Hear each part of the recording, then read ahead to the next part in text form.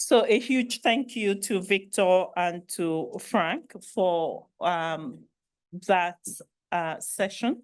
So we're moving on to the second session.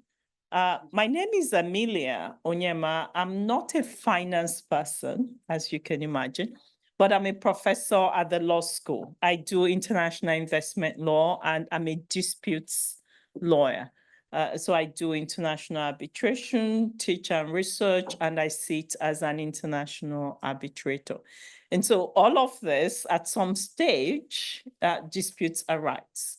And it helps us as disputes lawyers when we understand why firms go out and what the particular role of the Belt and Road Initiative is all about. So I have a stellar panel. It's not just because they're all females, which is very strange. But I think that my panelists actually work in this field and think through the policy issues. So I'm going to introduce them and I'm going to tell you what we're going to talk about. We're looking at trade finance and debt between China and Africa. And we want to understand whether there's going to be a new approach or if it's going to be more of same. And as we've been told, that it looks as though there's a cooling off of all of these investments that China has been making on the continent. And what we then want to understand as well is looking at the debt distress, and we have the High Commissioner of Zambia to the UK here, and we know that Zambia and China have been in the news for a while now. So she's going to bring that perspective onto our discussions. We're also going to think through the Africa Continental Free Trade Area Agreement. Remember that I told you that I also do international investment law, and we have the investment protocol, which has already been mentioned by Dirk and the work that they are doing. So we're going to also be looking at that to understand whether this would present new opportunities for the way Africa engages with China and the way China engages with Africa for the future. We know that the 2024 Forum of FOCAC just effectively concluded. So we'll try and give you some snippets, insights into what we think how that might impact on the future of this relationship between China and Africa. But we're not going to go into details because we want you to come back tomorrow. And our keynote speaker is going to do a lot more detailed discussion of the outcome of FOCAC 2024. So who are these wonderful Amazons that are going to be discussing this? So we have two of our ladies online. So I'm going to start by introducing Dr. Folashade Sule-Kodo. Now, when I saw her name, I'm Nigerian, if you haven't recognized that by now, which I think you should. I'm Nigerian. So immediately I saw Folashade, I was like, oh, that's another Nigerian. She says, no, I'm not Nigerian. And so she's not Nigerian. So she's not one of the Folashades that is Nigerian. So Dr. Folashade is a senior research associate at the University of Oxford. And then we have, Linda has already been mentioned. She's with the ODI and she's one of the senior research fellows at the ODI. So ladies, you're welcome. I hope you can hear us clearly. If you just say hello to the room so we know we can hear you. Folashade, Linda, can you just say hello? Can you hello, everybody. Thank you. Hello, we can hear you very well. And we can also hear you, so thank you. In the room, I have I'm going to start with my far left. And Agnes, I know really well, and we've done work together. So Agnes is Gitau, she's Kenyan, and she's the executive director of the Eastern Africa Association, and she used to be with 3VB, Verulam Chambers, set up Barristers Chambers, which is part of the connection. And next to Agnes is Yunan Shen, who is doctor as well and a research fellow at ODI. And finally, we have Her Excellency, the High Commissioner from Zambia to the UK. Now, I really tried to behave myself with correctly pronouncing her name, so I shall not attempt.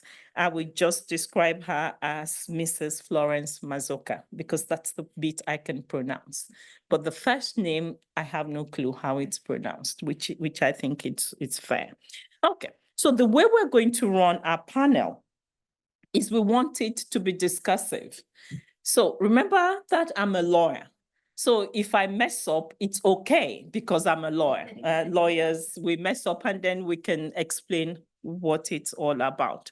But the way we prepared our panel discussion is that we want the panelists to engage. And then we will take questions. But if you have a really, really burning question, just raise your hand. This is a lecture theater and I'm a teacher. Just raise your hand. And if you can't wait, absolutely cannot wait, we will take the question. But if you can wait, if you note your question down, we will call on you to ask questions. If we want comments, we will ask for comments. A question doesn't take up to 30 seconds, which means I will cut you off at 30 seconds mark if it's a question you have. If you want to make a comment, maximum 2 minutes. So you choose whichever one you want and we will accommodate that. We have people online as well, and we will also take comments and questions from colleagues online. So we're going to start, and the very first question that we're going to start with Her Excellency, Madam High Commissioner Mazoka. And we know that Zambia has had some interesting experiences with China. They've benefited. They've also had some serious debts. And we were told that China does not like being owed. And so I think that they do something about it when they are owed. So we wanted you to start with just sort of helping us understand what that relationship is looked like for Zambia. Well, thank you. It's an honor to be here, and thank you to our program chair. The first name is Machenje. Thank you. You're welcome. In my home village, they would say Majenje. Majenje. But for, I guess, Western, for those from West Africa. It's Machenje is fine. Thank you for this. This is I think a poignant and very timely discussion and topic, particularly just after FOCAC and also where we are in the world. Very interesting times, very challenging times, and particularly for the continent. So as the professor had mentioned, I had a question that was posed to me that I had to reflect on. And I'll actually read you the question first so you can get a sense of what my remarks are answering. So it was really focusing on what has been Zambia's firsthand experience with Chinese investment, number one. In what ways has it been transformative to the Zambian economy? And how does that compare to experiences with other investment partners? So just, I think, a question for the time, particularly for my country. And also more specifically, because we're just coming out of FOCAC, where there was, I think a lot that was put on the table, a 10-point plan, which of course we will have to unpack and see how that rolls out across the whole continent, because you're not talking about 2 countries across the continent, but 50+ countries. So how that division also happens in terms of attention, I think still is yet to be seen, and the detail is still forthcoming. And they always say the devil is in the detail, but we will take it from there. Zambia's engagement with China really dates back to our pre-independence era. So specifically, Zambia has had a very strong and ongoing relationship. But I think it's in recent decades that the relationship has really transformed the Zambian economy. The construction of Tazara railways in the 1970s was really the early landmark connecting our landlocked nation. Now we no longer consider Zambia landlocked. We say we're land-linked. Land-linked because we have 8/9 countries that surround us. So if you invest in Zambia, automatically have 9 markets to which you can export to. But at that time in the 70s, we were land-linked. So Tazara really helped set the stage at that time to, number one, the whole point was us to connect to Tanzania's coastline. And that really set the stage for China's growing role in developing Zambia's infrastructure. Ironically, my father used to run the railways back in the 70s. He went to university in the United States in the 60s. It's part of the first wave of Zambians who kind of went out post-independence to be educated and come back. And at that time, if you really think about most of our Africans, during the 60s and during that transition, they were young, 20s, 30s, young, vibrant, vibrant time of Africa's development. And I remember when Tazara was built. And it was such a big thing for the country because it allowed us to export, to import much more freely, because some of our borders were being curtailed by what was happening in, at that time, southern Rhodesia. Zambia used to get bombed. I remember we used to have to turn off our lights at night. That was during the Ian Smith administration. And of course, what was happening in South Africa. So that blocked another channel for us getting in resources and sending out resources. So I have vivid childhood memories of our relationship with China. I remember when Mao Zedong passed away. Dr. Kaunda was leading the country at the time. We had 7 days of mourning. Yeah, I remember that because Dr. Kaunda was very big on protocol, and when a friend passed away, a comrade, you acknowledged it. We had, I think it was about 7 days of mourning. So that means, no TV, you stay, it's just, yeah, that's how it was. Just because of the friendship that the Chinese had with Zambia and how much of an investment they had made in the country. So since the late 1990s, as China really emerged as a major global investor, we've seen significant Chinese involvement across multiple sectors in our economy. The purchase of Chambesi copper mines in 1998 by a Chinese state-owned enterprise marked a turning point, spurring increased trade between Zambia and China. By 2006, China accounted for about 10% of Zambia's exports, up from a negligible amount just 8 years prior. Chinese investment has particularly been transformative in infrastructure development, roads, bridges, airports, power plants built by the Chinese financing have really dramatically improved Zambia's connectivity and energy capacity. And we're actually having much more deeper conversations around that, particularly with the climate issue that we're facing now. Our region is suffering a horrible drought. We're really not doing well in that regard. From a governmental standpoint, plans were in place for economic development. This was with the new administration that just came in 2021.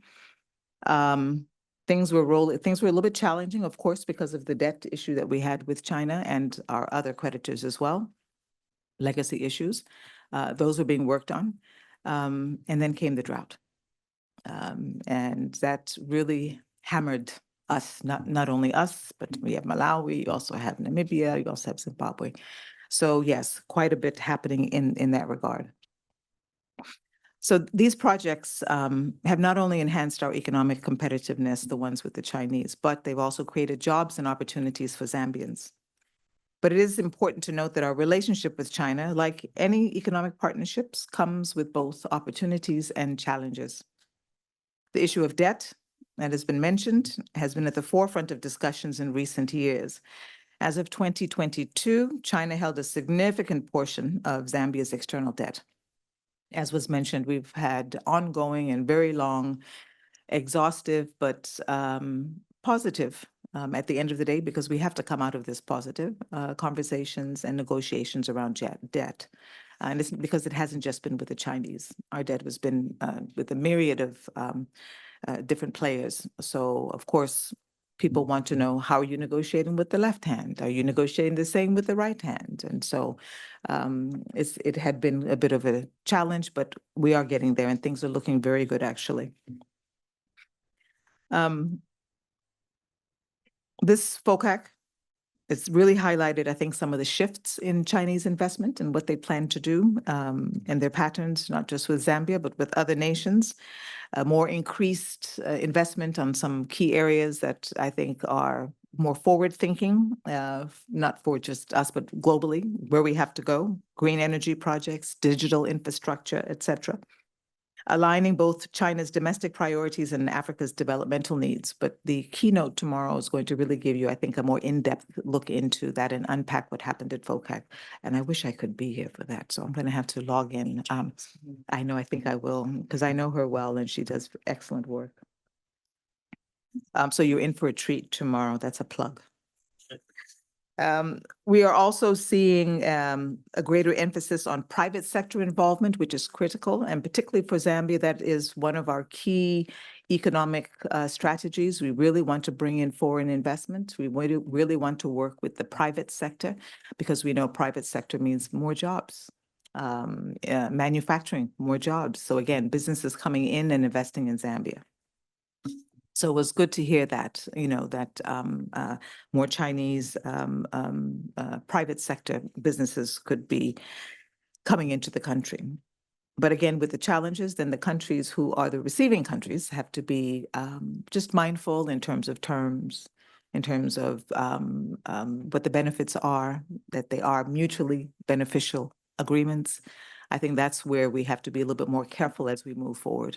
And not just with China, even with the United States, even with the UK, all countries that we negotiate with, particularly as the continent, because the continent has been carved, shaped unfairly over myriad of years.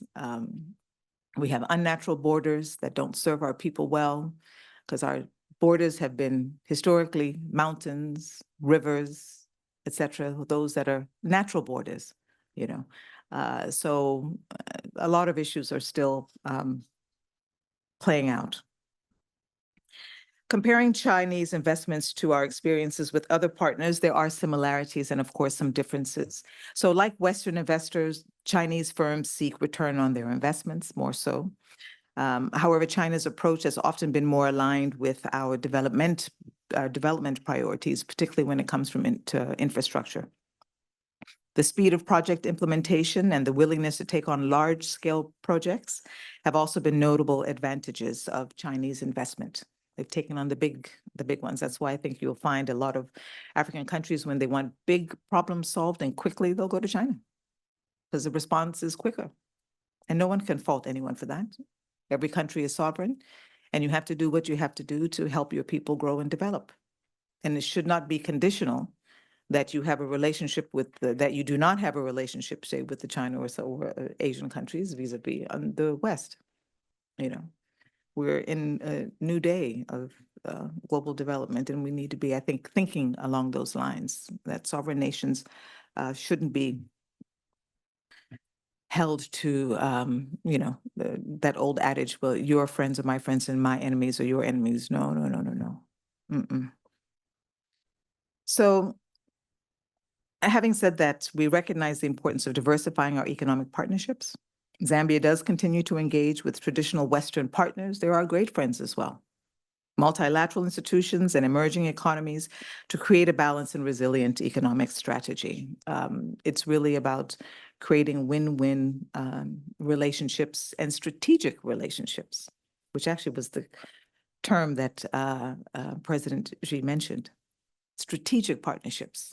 And there's a lot in that one word.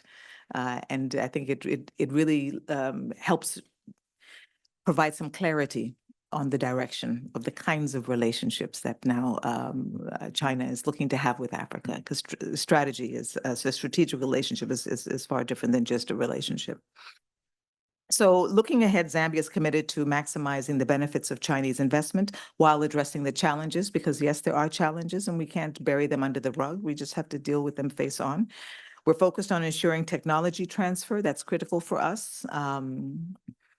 Increase local content in projects, so beneficiation, and aligning investments with our national development plans, because every African country has their own plans. The continent has its plans. It was also good to hear that the Africa Continental Free Trade Area was mentioned and discussed. Agenda 2063 was also discussed, because those are areas where we know there's been consensus across the countries, or the majority of the countries at least. So partnerships should start there, where we know that there is agreement. And then you can get into the bilaterals level. But at least from the broader sense, I think a roadmap is already there. The recent establishment of multi-facility economic zones with Chinese support offers promising opportunities for industrial development and job creation. We have some in Zambia, and that's great.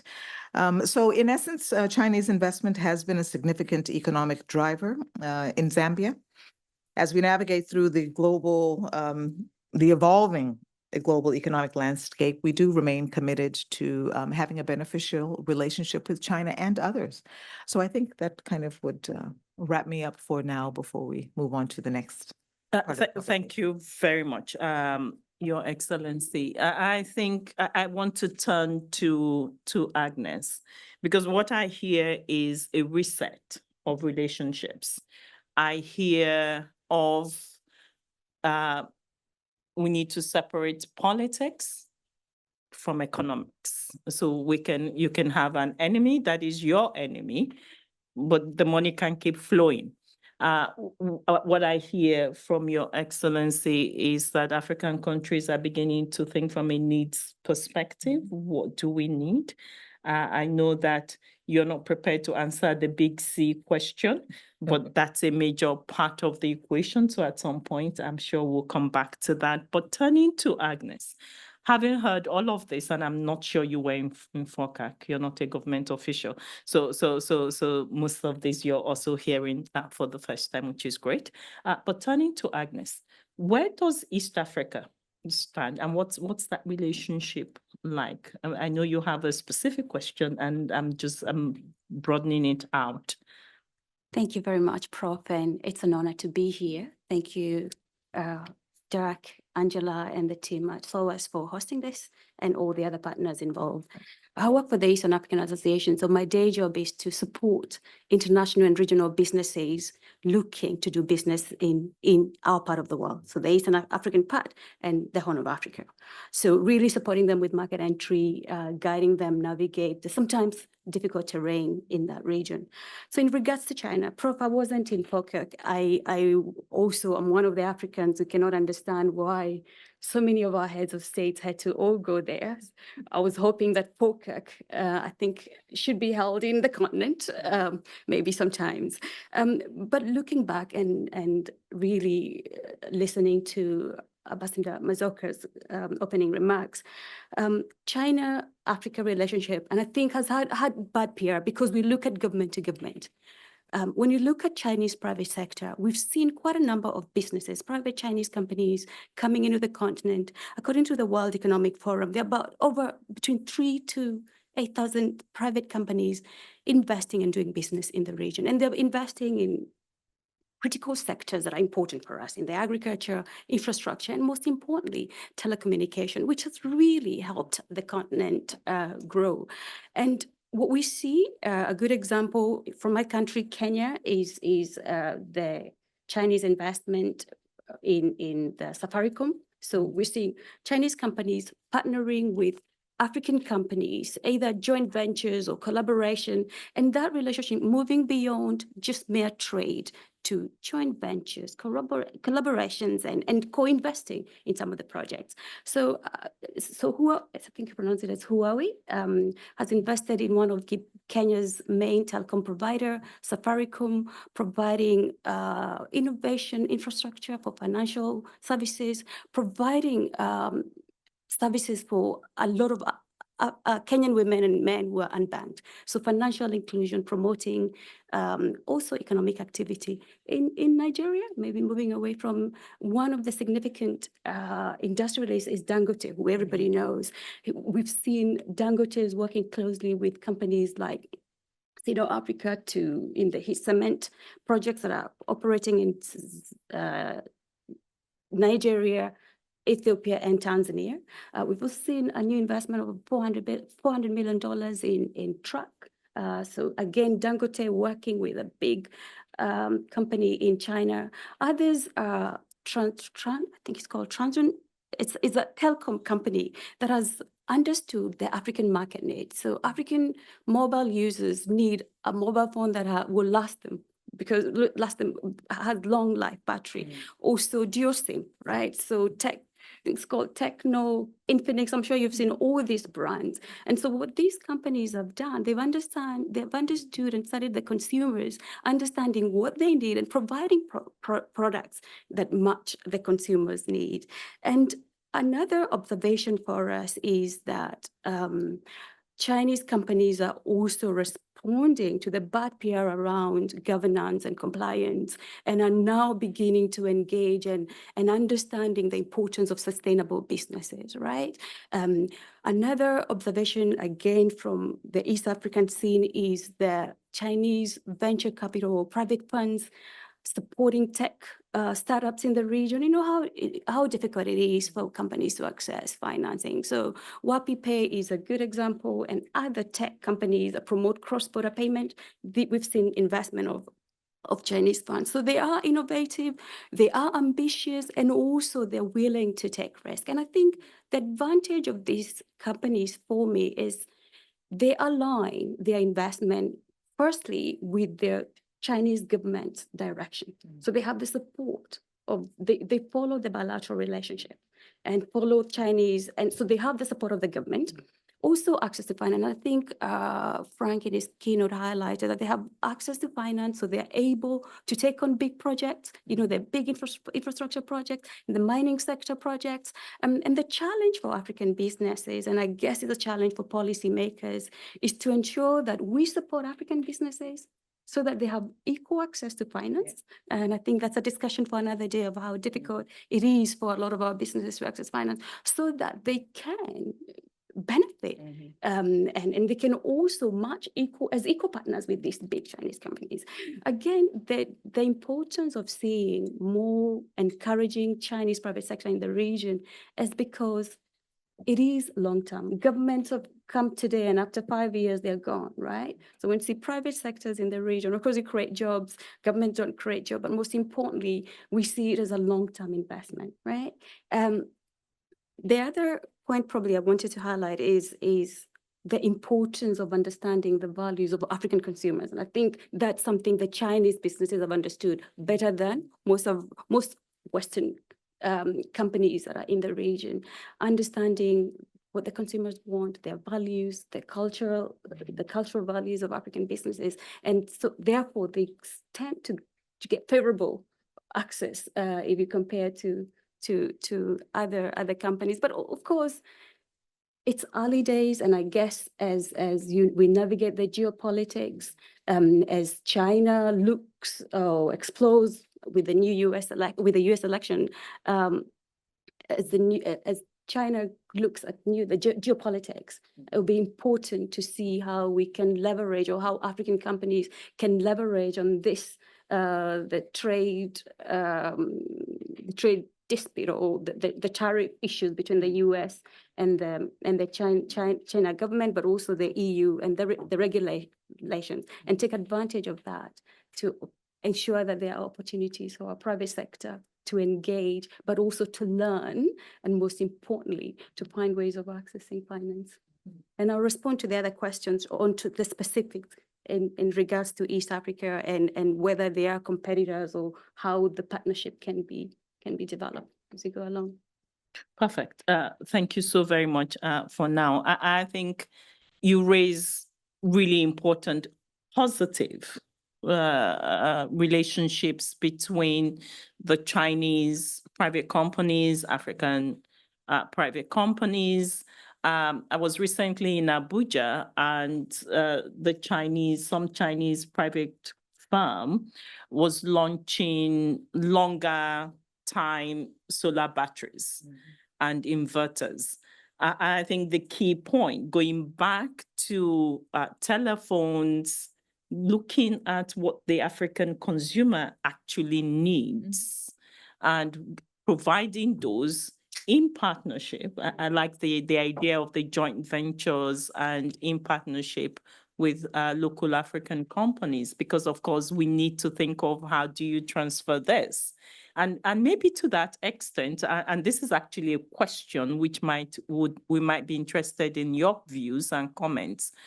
Is this a new form of, I don't want to use the word I never can pronounce it right, but this is SOAS. So we decolonize everything. and so we have to mention the word. Is this a new, I had said reset of relationships. Is this a new way? Is it a relationship of equals or seeming equals? Or is it the good old 18th, 19th century North-South nature of relationship? And that's something for you to think about. Any good teacher would give you an assignment. And so that's something for you to be thinking about while I move on to Yunan. And Yunan is going to pick up on trends, and she's going to help us unpack some of the lending practices of Chinese financial institutions, and looking into your crystal ball, what you can see in relation to that, please. Thank you, Professor Amelia. And just firstly, it's a pleasure to be here. Thank you to my colleagues at ODI and to the team at SOAS for organizing this. Obviously, as we've all discussed, a huge and very prominent aspect of China's economic engagement in Africa has been through the virtue of its official financing flows, primarily coming from policy banks and development banks, and in support often of its contractors and enterprises in going out, not just to Africa, but to the broader global south as well. I think we need to understand China's overseas lending in that respect as a reflection of its domestic economy and its domestic economic trends. This is a time-contingent phenomenon that really began in the mid-2000s and took off particularly after the global financial crisis. This was a product of its trade imbalance, its very abundant foreign exchange reserves, and a political impetus at that time to offshore some of these capital surpluses to better returns, as well as finding a means to promote its firms in going out and in building markets for Chinese goods and technologies.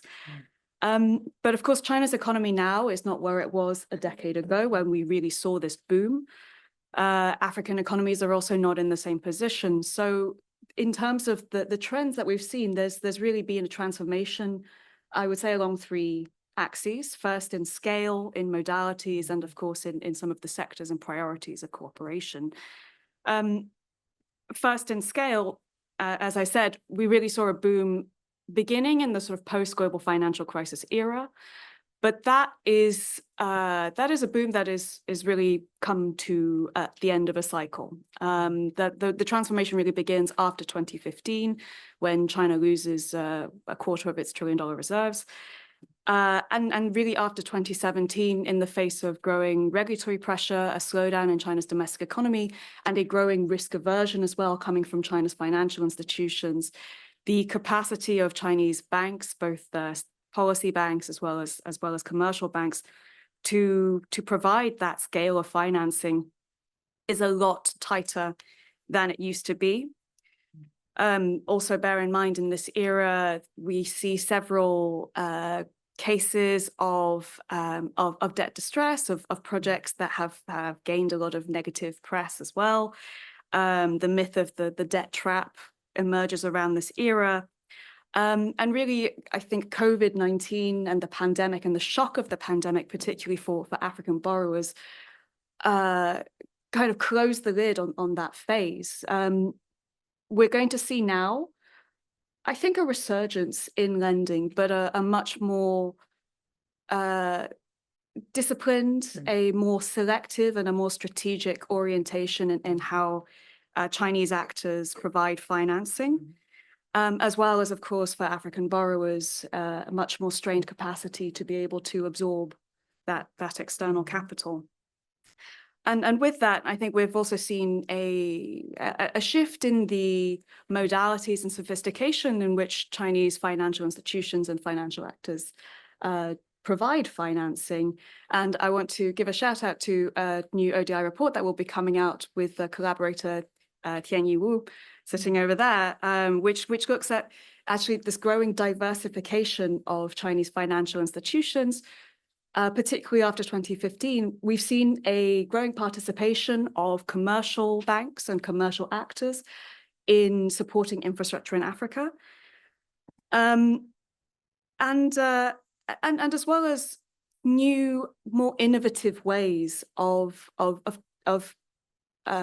mitigating and managing some of the risks that these infrastructure projects entail. And so I think going forward, we're going to see more of this kind of diversification, more experimentation, and a shift away from this kind of vanilla style bilateral sovereign lending to other modes that involve more of these private commercial actors through uses of syndicated lending, through co-financing as well with other third-party or regional financiers. And one recent trend, I think, that we've seen in recent cases of lending is this trend of on-lending as well to African regional financial institutions. So this practice of on-lending, we could interpret also as a form of risk mitigation, but it's also a win-win as well for African financial institutions that are very much in need of this capital as well. And I think a final point to conclude on is on the sort of sectors of priority. And when we look at China 10 years ago during that boom, what was being constructed was very much heavy infrastructure, these areas of China's domestic overcapacity in concrete and steel and in big construction. Where we see the areas of overcapacity now in China's domestic economy, as our keynote speaker pointed out, is very much in these frontier technologies. In Professor Franklin's presentation, he pointed to this prominence of renewable energy in solar PV. And so if you look at these trends of where China's economy is going, I think that also points to where the future priorities and possibilities of cooperation lie. Thank you. Thank you very much, Yunan, for helping us see the big picture.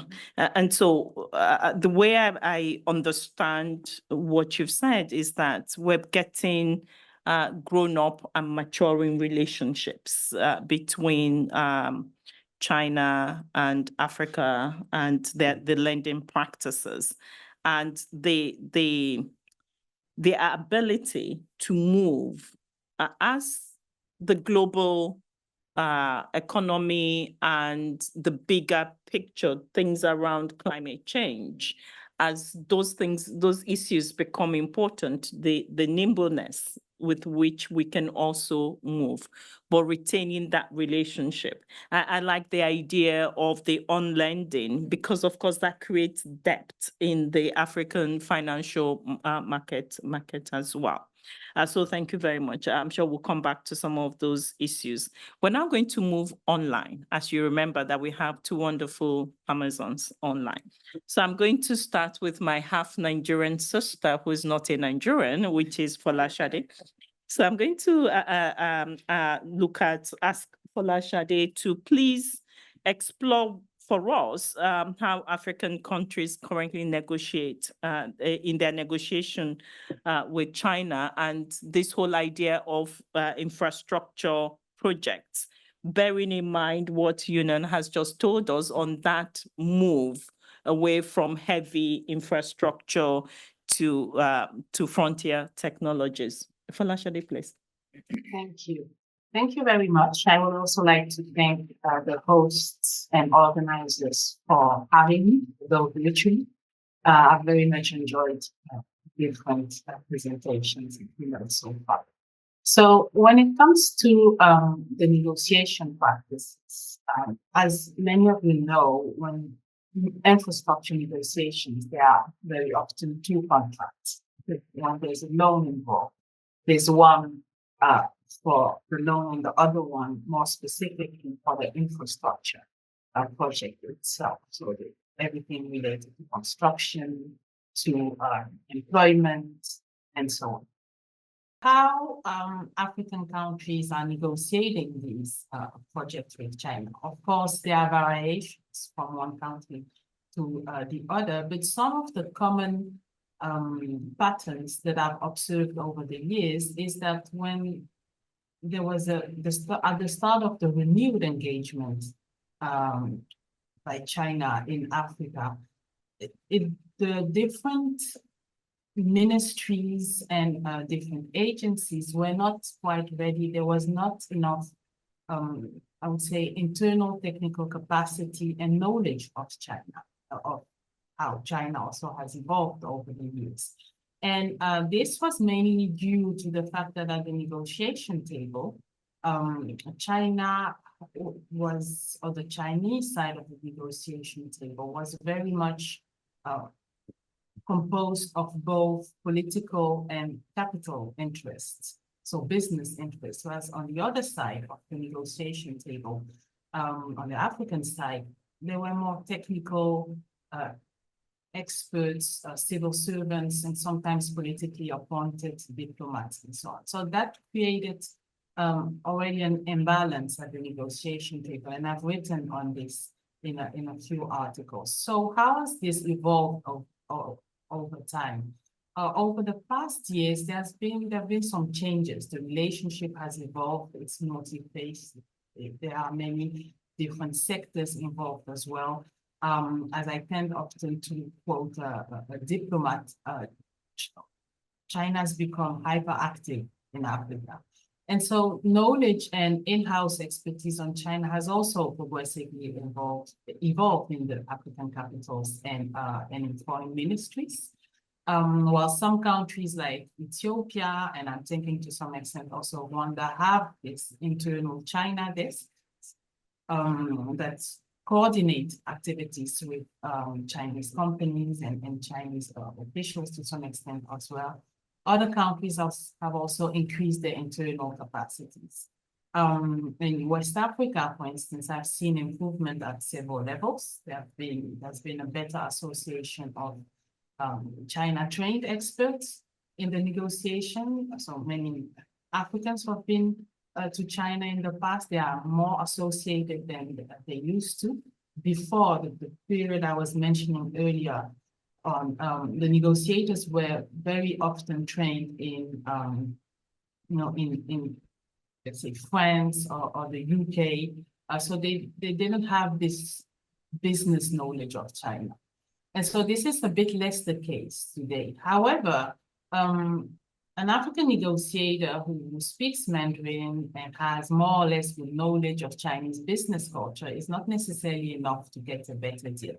So it may help in easing dialogue at the negotiation table, but it's not necessarily what will secure the best deal. So what is needed in addition to that is development of very more permanent pool of in-house expertise, especially China is Africa's biggest trade bilateral, for many countries, bilateral partner. So when it comes to negotiations and infrastructure negotiation, there is still room for a better negotiation agenda, on infrastructure. And that is not only at the national level, but also at the regional level and in mining deals, by providing better monitoring schemes, equipping local leaders with better capacity, enhancing internal legal expertise, and also when it comes to environment and other standards.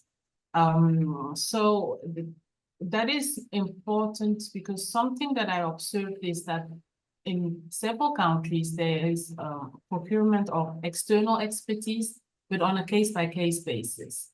And so this does not necessarily allow for a more sustainable strategy when it comes to bargaining with China.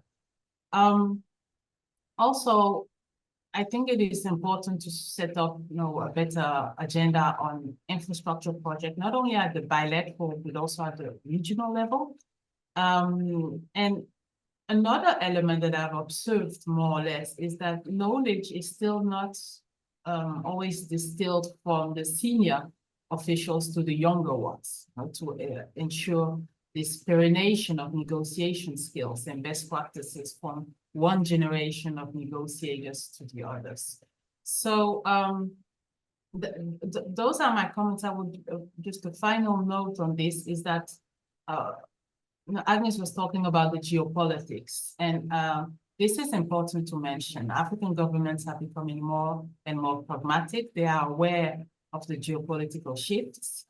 African countries are being courted a lot by different development partners, whether they are traditional or new partners. So they are increasingly diversifying partnerships. And this also is the case beyond China. You have other strategic emerging partners. I'm thinking of Turkey, India, the re-emerging partners like Russia, even the traditional partners like the US and the EU that are recalibrating their Africa policy and now also competing with China in Africa. So it's several negotiators from one country to the other use these competing interests to get better deals and concessions from China, thinking about Guinea in the mining sector, for instance. But this is still something that needs to be strategized more and turn into a long-term strategy instead of a case-by-case. Thank you. Thank you so very much, Folashade. I think and I do agree with you, with your views around the African countries, whether as individual countries, but hopefully better at the minimum at the level of RECs, so the regional economic communities, or the AU, to think more progressively around their own needs. And so to go into this negotiations better prepared. And the need to grow and develop trade negotiators is not just as it relates to Africa. Even we've had those running problems, even with negotiating the Africa Continental free trade area. And I hear what you say around geopolitics and the role that Turkey, India, all these other players are performing on the continent. I'm quite pleased to hear that we're getting a shift. I was in Beijing to speak at an event at one of the FOCACs. I can't remember whether it's 2016, 2018, one of those. And there was something from colleagues out of Kenya. And we're asking about how the negotiations was going, blah, blah, blah. And somebody from the legal department of wherever told us a story, which I think, again, something for you to think about, because that is setting the context of and the connection between the politics and the economics. And they had done their preparations, they had draft agreements and all of that. But what was signed was different from what was agreed and what they had prepared when they went to Beijing. And of course, the lawyers were furious. But the simple thing that your former president said is, if you give me $2 billion. I think it was B then, now it's T. But if you give me $2 billion, that's fine. I would take it, but I'm thinking of the electorate, and we have an election coming. And so this is key. It might go towards when these conferences are arranged, when they get these conferences. But it's important for us to also bear in mind, I'm sure, Madam High Commissioner, you would agree, that the politics is not just, this is not just two private companies negotiating a business deal, but there is a constituency that the African governments need to also engage with. I'm sure Madam High Commissioner has a lot to say, but for now, I want to go to Linda. Again, that's your second assignment, something for you to also think about. So Linda, I think for you, we want to also pick up on trends, the trends that you are seeing in terms of trade and investment. Folashade has talked about the infrastructure projects and preparing with negotiators, but what for you are the current trends that you are seeing in the trade and investment space? Of course. So first of all, thank you very much for giving me this opportunity. I've already learned a lot from my fellow panelists, so it's great to be here. Trade and investment, these are areas that I work on a daily basis at ODI, so I was really glad to see that they got so much prominence in the discussion in recent years. And also this was sort of sealed at FOCAC, where it was really, there was really a lot of discussion about trade, about facilitating trade from Africa to China, about increasing investment. Now, we're not gonna preempt too much the discussion around FOCAC, but I think it's important also to give some, to look at the trends, to give some indications of what has happened. So the first thing that I'll talk about is on trade flows. So we know that trade flows are quite unbalanced between China and Africa. So China exports to Africa a lot more than it imports from Africa. So there's an imbalance in terms of quantities, of scale. There's also an imbalance in terms of what is traded. So Africa mainly exports to China raw materials, minerals, whereas China exports to Africa a much more diversified baskets of goods. Manufactured goods, but also agricultural machinery, industrial machinery, cars and vehicles, and so on and so forth. Now, this, of course, is a reflection of what the blocks produce. China produces a lot of different goods, and Africa really also does, but in terms of exporting is a lot more of these natural resources, agricultural products in some areas. But to China, really the focus on the exports is on natural resources. This is something that African leaders have complained about quite a lot. So, you know, President Museveni of Uganda has been talking about this for years now, that he wants to diversify his exports to China. President Ramaphosa of South Africa, as soon as he landed in Beijing for FOCAC, he basically said, we want to export more South African goods to China. And so therefore, this is something that, you know, has been quite prominent in the discussion, and that China has sort of been listening to and accommodating. So the last FOCAC, we had a sort of target, a commitment in terms of how much, what value of African goods was China going to import. At this FOCAC, we haven't seen that, but what we have seen is a slight expansion of market access for African goods. So before, African countries, the 33 African least developed countries could export duty-free to China around 97–98% of their tariff lines. And now it's been announced that it will be expanded to 100%, right? So a slight increase in terms of what African countries can export duty-free. So this is really to expand African exports to China. At the same time, there's a lot of initiatives to facilitate this trade as well. There's the creation of, you know, green lanes mechanism to export more easily. Electronic platforms have been deployed to increase the transport of agricultural goods from China from Africa, sorry, in particular Ethiopia, Rwanda to China. So there's been a lot of activity and a lot of innovation in this sector. Specifically for agro-processing goods. Now, I think this is quite interesting to consider also in light of China's interest for its own food security. At the moment, China of course requires more and more food, not because of a growing population, but because of a growing sort of buying power of its population. And so far, a lot of this food has been sourced from Latin America and from from neighboring countries in Asia as well, whereas there's not so much food trade with Africa. And potentially, this increase in agricultural imports from Africa is sort of paving the way for a future stronger relationship in this area where, where China enhances its food security as well. So this was in terms of trade. If we, on the other hand, look at investment, I think here as well we see some interesting trends and shifts. Now, China is not, in terms of investment stocks, the largest investor in Africa. It's actually the 5th largest investor. I think this is a little known fact. Everyone thinks that China is the main economic player in Africa, but Dutch companies, French companies, US and UK companies still have the largest FDI stock.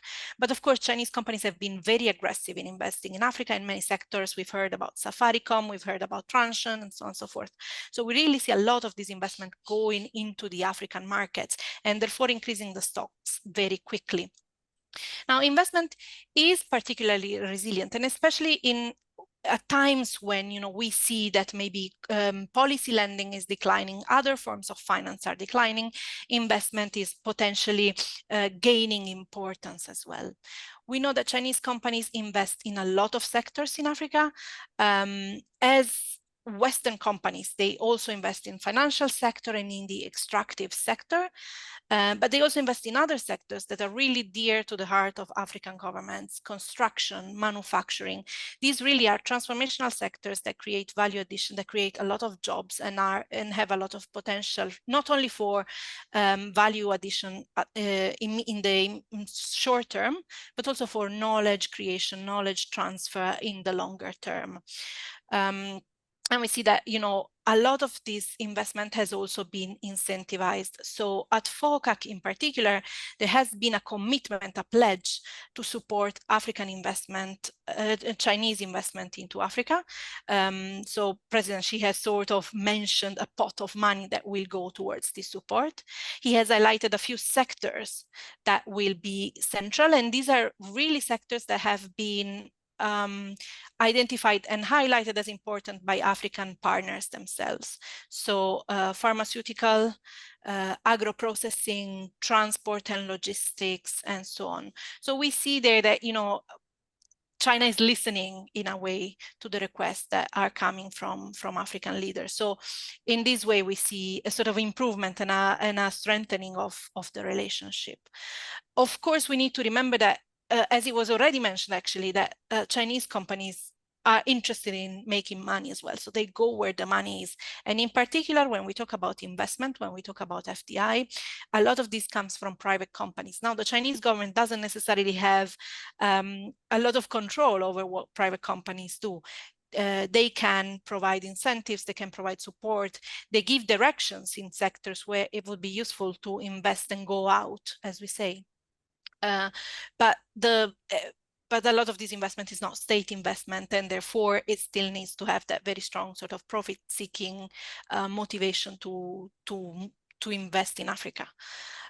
So I think this will be, potentially like an important area to look at in the future. Chinese companies still manage to invest a lot in Africa because, as it was said, the risk aversion that they have is probably lower than that of other companies from other countries, from Western countries in particular. And Chinese companies are a lot more used to operating in a sector, in a context where there's informality in the labor market, or where there's less regulatory pressure in certain areas, and therefore they find it probably easier compared to their Western counterparts to invest in the African context. But overall, the signals that we see for the future, I think, are encouraging. This is not to say that there's necessity for African countries to have Chinese investment, or that we're, in any way promoting Chinese investment. Investment from any partner should actually be encouraged and should be welcome. But of course, we see a lot more appetite from Chinese companies to invest in the African context compared to other companies. Thank you so very much, Linda. One of the goals of the African Continental Free Trade Area is how African raw materials or primary goods, how we can add value so that they can become more finished goods for export. So I think that it's a good thing that China is also opening up the categories of goods that can come into China. And the other thing, you remember that I said I do international investment law. And so when we talk about FDI stock, that's one form of investment. So it depends on what data you're looking at to know who is the major investor in the continent. And of course, it can also be country specific. Those are areas wherein what's happening in one country would differ from what's happening in another country. The idea, the trend, this whole idea of ensuring that there's job creation. I think Madam High Commissioner and Agnes will be quite pleased with that, and knowledge creation and expansion in specific sectors. I think those are that. I think I'm happy to hear that that's the future. But that's one side of the coin. The other side of the coin, of course, is the African countries themselves and the RECs and the African Union on what is or what are the priority areas that would lift the millions of Africans that need to be lifted out of poverty and create jobs for our teeming young population. I think those are the things that exercise. I know that that's one of the major things that exercises Agnes's mind. Remember, I know her, and I've met the High Commissioner, and she's agreeing. I think that's one of the things that she's also concerned about. We want to pause because you've only been hearing female voices. And you might want to hear some male voices. This is SOAS. We are an equal opportunities employer and school. So we would like to take some comments from the audience. I have a couple of questions online, but I'll start from the. Well, it was a male that shot his hand up, and I have all the others are female. Well, and there's another male. Oh, another male. Okay, I think the men are waking up now. Okay, please. Thank you so much for a wonderful discussion. I'm Webber from SOAS, Center of Sustainable Finance. My question, I have two questions. One to Your Excellency. This is regarding the human development aspect of infrastructure development, Chinese-led infrastructure development in Africa. What has been the criticism is that in this development, even the semi-skilled labor capital deployed in the infrastructure has been imported from China. And I literally saw Mason, repairing a wall of Embassy of China in Nairobi. So how do you, is this a bargain which China has got? Have you failed in this negotiating that you need to include the local workforce in developing Africa's infrastructure? Is this something which you're deliberately ignoring because you are getting otherwise a good infrastructure which the Western allies never offered to Africa? So China has definitely filled this infrastructure gap. My second question is to Dr. Yunnan, is regarding a sovereign debt situation piling up in many economies across sub-Saharan Africa.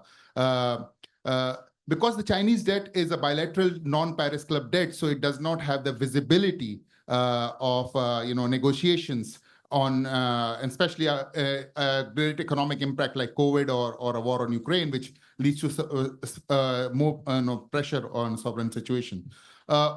how is this debt been renegotiated to ease off the fiscal pressure from certain countries? Because we saw a crisis in Kenya which developed recently when the new finance bill was tabled, and it is also one of the reasons given was to repayment of the debt was so high. I'm not blaming that China alone is responsible for that, but because China's debt is a non-Paris Club debt, it does not come in the public eye at how the negotiations are going on. So would like to learn more about it. Thank you. Thank you very much. And that just mirrors another question which we had online regarding unskilled labor, where China brings in unskilled labor into the continent. So I think we'll just take that. Yes, we have a lady. Hi, thank you very much. I'm Emily and work in the Foreign, Commonwealth and Development Office.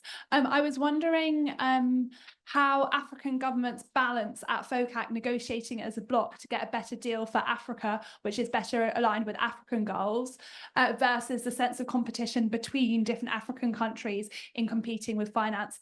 Are the tensions there? And yeah, particularly interested in the experience from Zambia as well.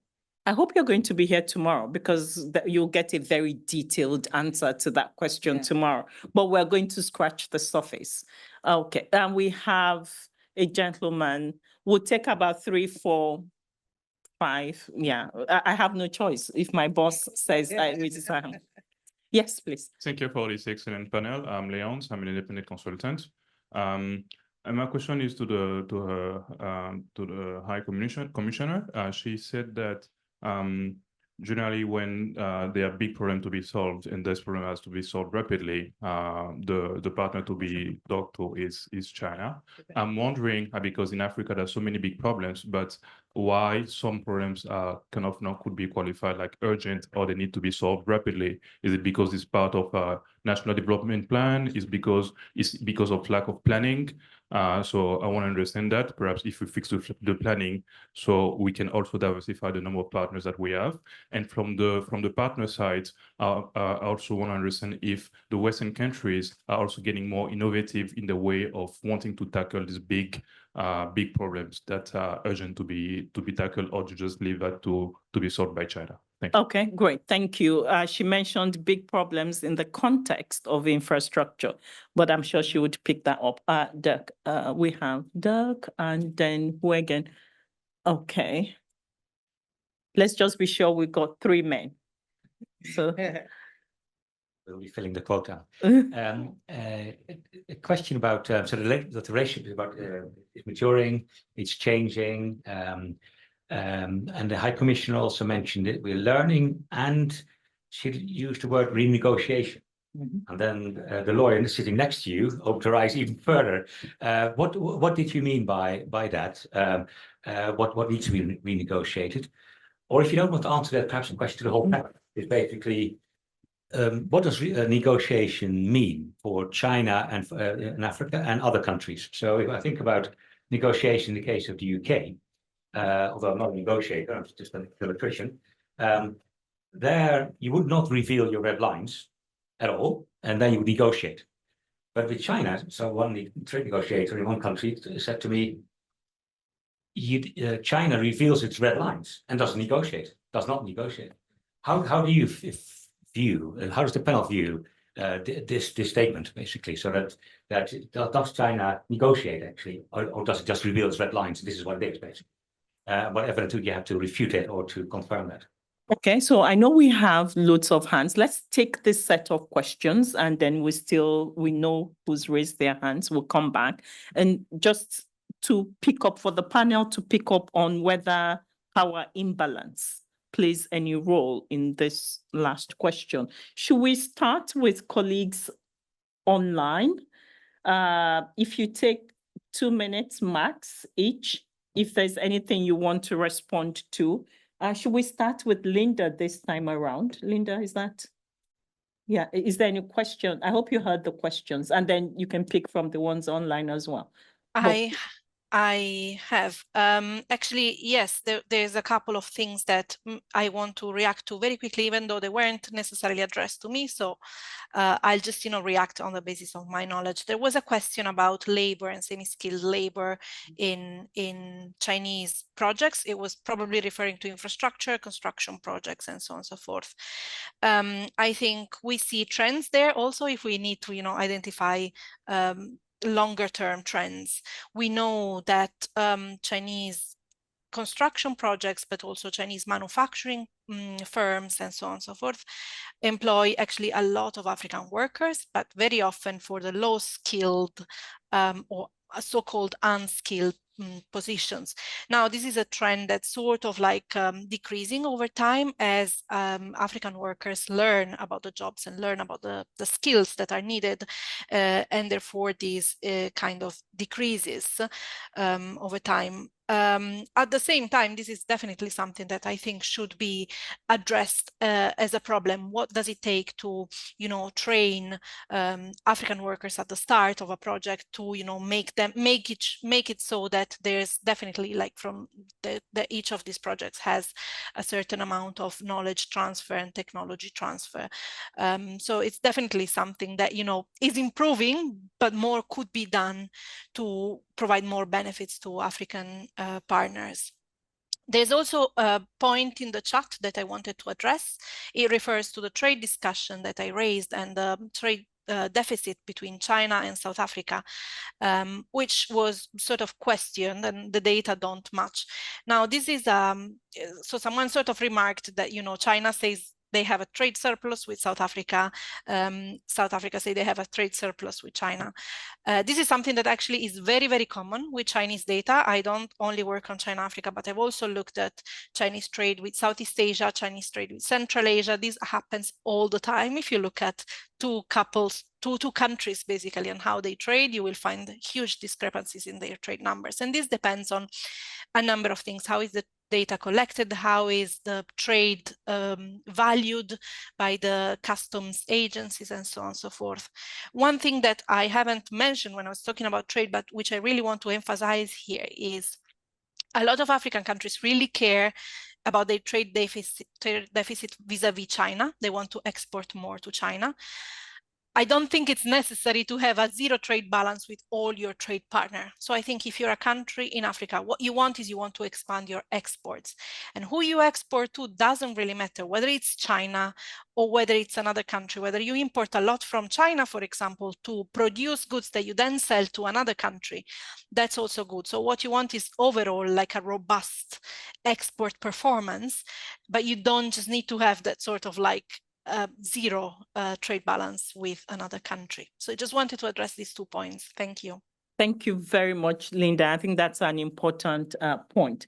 Folashade, 2 minutes. Are there any particular questions you'd like to engage with?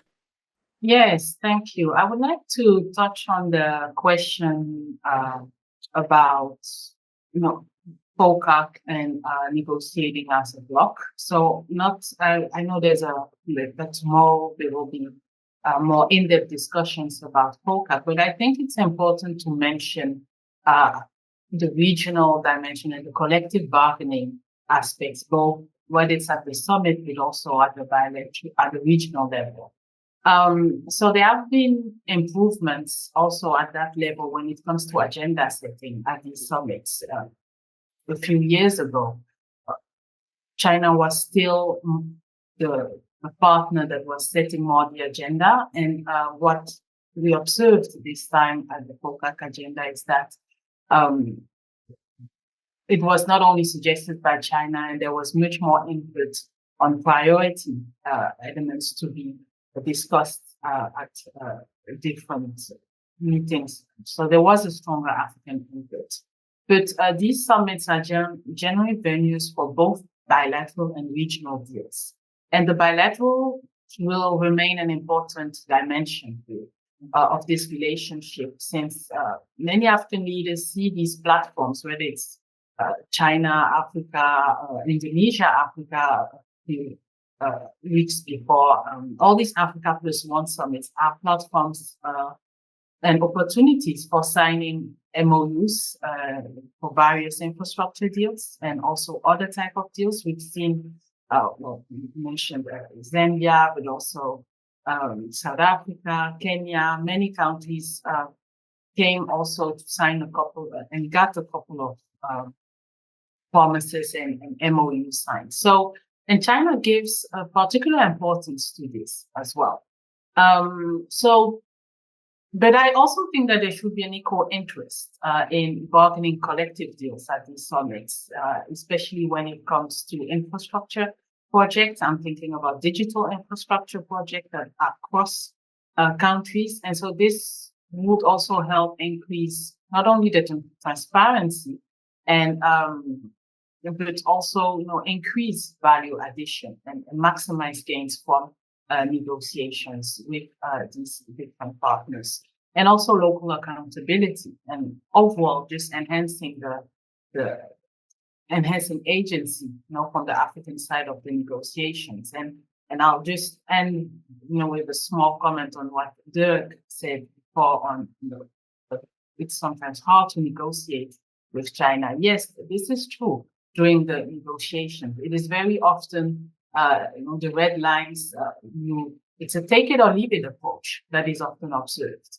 But that does not necessarily imply that African negotiators cannot try, to bargain. And that's where the geopolitics come in here, because there are also other partners that can be used as, ways of getting more concessions from China, in particular, especially at this when it comes to infrastructure and mining projects.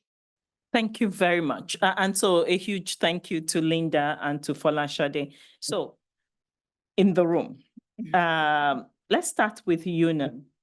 And which of the questions, and you also get 2 minutes, because most of the questions were directed at Her Excellency, so she will get 4 minutes to try and see what she can unpack. But there will be lunch, and we're hoping that over lunch, we can continue with the discussions.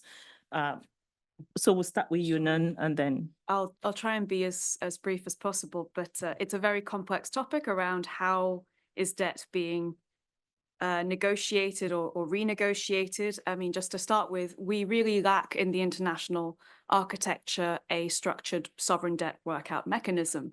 So to date, when approaching creditors like China or approaching commercial creditors, it's really been more of an ad hoc, bilateral, case-by-case approach. And we see this particularly with how China behaves in its previous restructurings. It's outside of the Paris Club.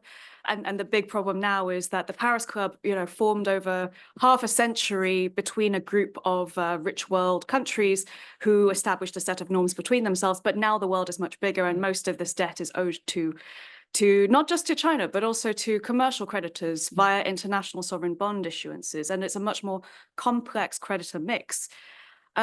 So when it comes to Chinese banks and Chinese creditors, they're not inherently that different from other creditors. Everyone wants to be paid back, and they want to be paid back in full.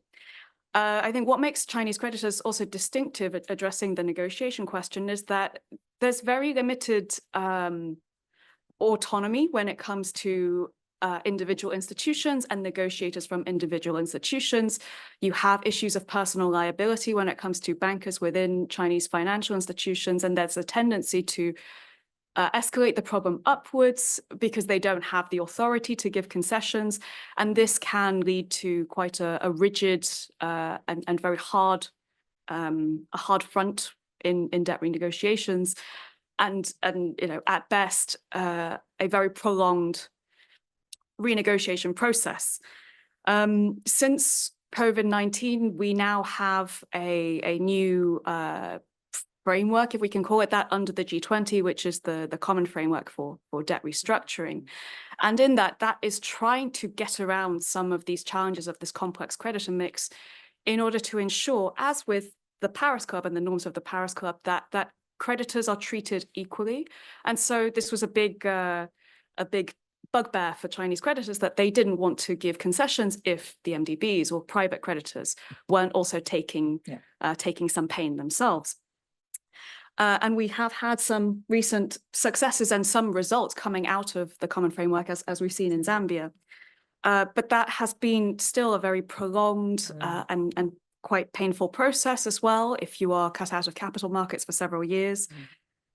And so I think there's still enduring challenges that can't be resolved easily from borrower sides or from individual creditors, that we still lack this kind of international structure.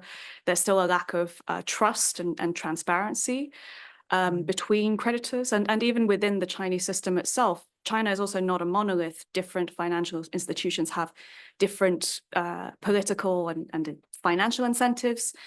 There isn't really there isn't the political plumbing, to borrow someone else's words, between Chinese banks themselves, and so that's still in a process of learning, of hopefully transformation. But very happy to discuss this question going forward. Thank you very much. Agnes, 2 minutes. Where do I start? Perhaps I start with the importance of African governments negotiating as a bloc rather than when they go to FOCAC rather than as individual countries. I think they realize the importance of that, particularly with the regional infrastructure projects. However, national priorities, of course, will overtake any other regional or continental requirement. I see where we have seen the region coming together. A good example is under the Africa Free Trade Agreement, working together to ensure that there is regional trade development across the African continent. I must mention that ChinaAfrica Bank has a stake in Afrexim Bank, which is such a key driver of the Africa Free Trade Agreement. And I think hopefully working to support Afrexim Bank in their cross-border payment platform, which is meant to facilitate cross-border payment. So that's probably an example we should use when it comes to negotiating, not just with China, but with the rest of the world. I think it's important that as a continent, we actually have a bargaining chip if we come together as a collectively rather than individual countries. Again, around debt, I think it's good to understand that China only owes about 12% of Africa's debt. There's this common narrative that Africa is indebted to China and everybody else is the same. No, I think we need to change that narrative. There needs to be, of course, transparency, exactly how much is owed to who and what's the payment plan. I think Kenyan citizens have been very, very clear in demanding information from government to understand who do we owe and what's the plan for repayment, and to an extent trying to advise the government on how they think the taxpayers should be used towards honoring Kenyans' debt repayment. On access to Chinese market, I think, Linda, you mentioned the Green Lane Initiative mechanism, which I think Kenya and Namibia have benefited from. We've seen a lot of Kenya's avocados accessing China's market. I'm sure there are other, and of course, Ethiopia and Rwanda too. So there are initiatives to try and encourage open markets for African products. Well, AGOA has expelled about 8 countries, right? There are regulations around the EU which will make it difficult for African products to access this market. I think China is learning and observing what the rest of the world is doing and trying to respond and making sure that the relationship to an extent is equal. Around negotiation, I think there's a lot to learn, right? Government negotiators, including the UK, they are usually I'm sorry to say, but they need capacity and skills. Around local content, I think governments are becoming very clear on ensuring that the local content laws are adhered, not just for Chinese contractors, but also the European companies. Right. You see European journalist or marketer or a salesperson getting a work permit to work, and that role can be taken by another African. So it's not just China, right? It is, I think, African government. Its onus is on the African government and also the African citizen to ensure that these laws are there. And some countries have incredible content laws like Ghana and Kenya, but they're great on paper, but it's become very difficult when it comes to implement them. But the narrative is changing, and I think, as Ambassador said, the future is that Africa can trade and work with anyone else. You know, not just China. We don't have to choose who our partners are. And it's important, if you're going to develop a continent, that all these partners are equally important for the continent. And for me, the most critical sector will be encouraging private sector. So Chinese businesses working closely with African businesses, but also collaborating with other companies to invest in the continent. And that, as you said, Professor, you create jobs, you create opportunities for the African. Thank you. Great. Don't worry, where the ambassador is ready to answer. 4 minutes. Thank you. And actually, I don't think I need 4 minutes because the subject matter experts, I think, really covered most of the issues, to be perfectly frank. Probably in much greater depth than I could. But what I will do is speak specifically about Zambia, and I think that might lend some assistance, and I'll probably deviate a bit and add some other things too. But I mean, yes, the Amazons have really done it well. In terms of with the labor issue, you talked about, the question was around Chinese labor coming in, you know, the Chinese bringing in their own labor. I think that was answered quite well. The trend seems to be changing in Zambia slowly. It was a major issue in Zambia, particularly in the early 2010s. In 2011, it was a huge political issue. There was a call for the Chinese to leave the country. You know, people on the streets were just saying, oh, there are too many Chinese here, too many Chinese, because they saw that jobs that they could be doing were not given to them. But so I think there has been a responsiveness from some Chinese companies to maybe step back. So that's number one. And also there's a bit of a different kind of relationship between the previous administration that was in country with the current government and the type of conversations that are had with China. We had to stop in 2021 and kind of relook at what was on the table, what kinds of contracts we had with various Chinese companies to look at the balance of trade, if you will. Is it fair and so forth? So a lot of things changed. Our current president has been to China probably 2 or 3 times already to really look at these nitty-gritty issues and form a different kind of partnership. So maybe it's not a renegotiation per se, but it's better negotiating. And looking at terms. And I think across the board, even if you look at the way we should probably look at it as a continent, there's so much value on the African continent. We have the access to the future. We have all the critical minerals that are going to change the world and make the world a more green place, and and really save the world. We have the potential to feed the world. And as a result, I think the mindset as a collective needs to change, and we're seeing some of that. We approach it as a collective to say, no, this is the value that we have. And if you're going to negotiate with Africa, then you have to come to the table with something a little bit better, something that leaves something on the table for our own people.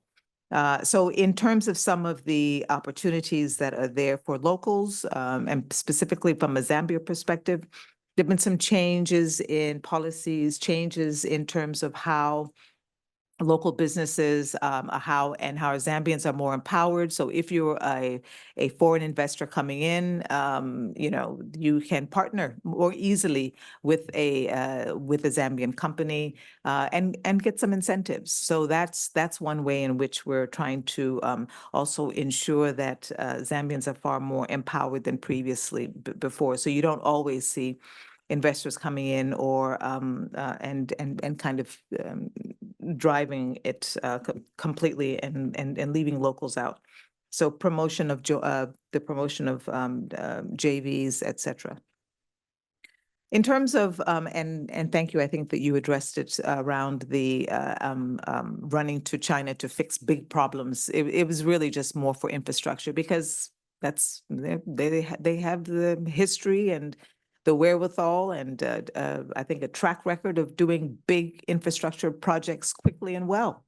So you go to who can give you the best deal and the best service. And that has been, I think something that I don't think anyone can really deny.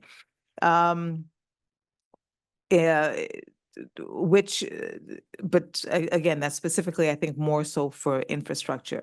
In terms of Western countries, are they getting more innovative in terms of the way in which they approach African countries and or Zambia? I think, yes, some projects are much more aligned to developmental needs. It seems like there seems to be much more of a willingness to be responsive. And I say a willingness. I always say willingness because until the rubber hits the road and we see how it happens, we don't know. The United Kingdom, as an example, the new administration here is coming forth with a different language, specifically bringing up things as such as we want to be less paternalistic in terms of how we engage. We want to have more strategic partnerships. So again, the strategic partnership, that word, and for Xi Jinping to bring up strategic partnership, that has to be unpacked. What do we mean by a strategic partnership? So, I mean, watch that space. Watch that space because it was kind of highlighted, and that means a lot. You know, what is the difference? You know, what does that mean? Because when something is strategic, there's much more thought that goes into it. And so, but we also have to think of, okay, if it's strategic, whose strategy is going to be, you know, met? So we really have to be careful of what that means. Yeah, and I think that's pretty much it because I mean, our panel, the other panelists did so well. So thank you so much. Thank you so very much. I know you're all hungry, but be patient with us. We still have a few more minutes to go. We have quite a lot of questions online, and my bosses have said I need to take or at least mention some of those questions. So we had questions around migrant workers, and we've answered those. And somebody, the person who asked the question had picked up on the experience of Namibian mines, but we've answered that questions. And then again, we've answered the question around strategic approach to engaging with China and ongoing geopolitical competitiveness, comparing China and Western countries. We've unpacked that. I like this whole idea of our new government here in the UK talking about strategic partnerships. And then I think of what happened with Rwanda and the refugees, asylum seekers, refugees, all of those things. And the conversation I had with the Attorney General of Rwanda. And I know that colleagues here in SOAS work in Rwanda a lot and around development. And that was a very thorny period between our colleagues and colleagues, the government colleagues in Rwanda, because it made zero sense. But again, it goes back to what do I need? What is of importance to me? And we must not forget that these are governments and these are liberal democracies that can be voted out of power just because too many people are crossing the channel, whereas everybody knows who the people smugglers are. And nobody seems to think that that is a way of dealing with the situation. So I am a lawyer. I'm not into politics. So we also had questions around how Zambia's plan to leverage its natural resources, and then we also had around clean energy, and we've mentioned that. We have questions around consumer demands and issues around development. We've also sort of touched on those. So hopefully colleagues online, you would note that we do notice, and we looked at the chat and we picked up on your questions. Our next panel, I'm going to conclude on what we discussed, but our next panel is going to be looking at, we'll delve a little bit deeper into infrastructure interactions between China and Africa. And so what we have done, our panel is looked at trade, investment, and debt. And we've sort of, we've opened up the canvas. Frank started with his strokes. We have added the outlines. of that as it relates to trade, to investment, to debt. We've picked up on quite a lot of issues, and we've given you examples. So we're expecting that you should be talking. It's not good manners to talk when you have food in your mouth, but you're exempted. We expect you to engage with these issues. Colleagues online, apologies that you have to get your own lunch, but we would go and have lunch and keep talking. Thank you very much. Can you please thank my panelists?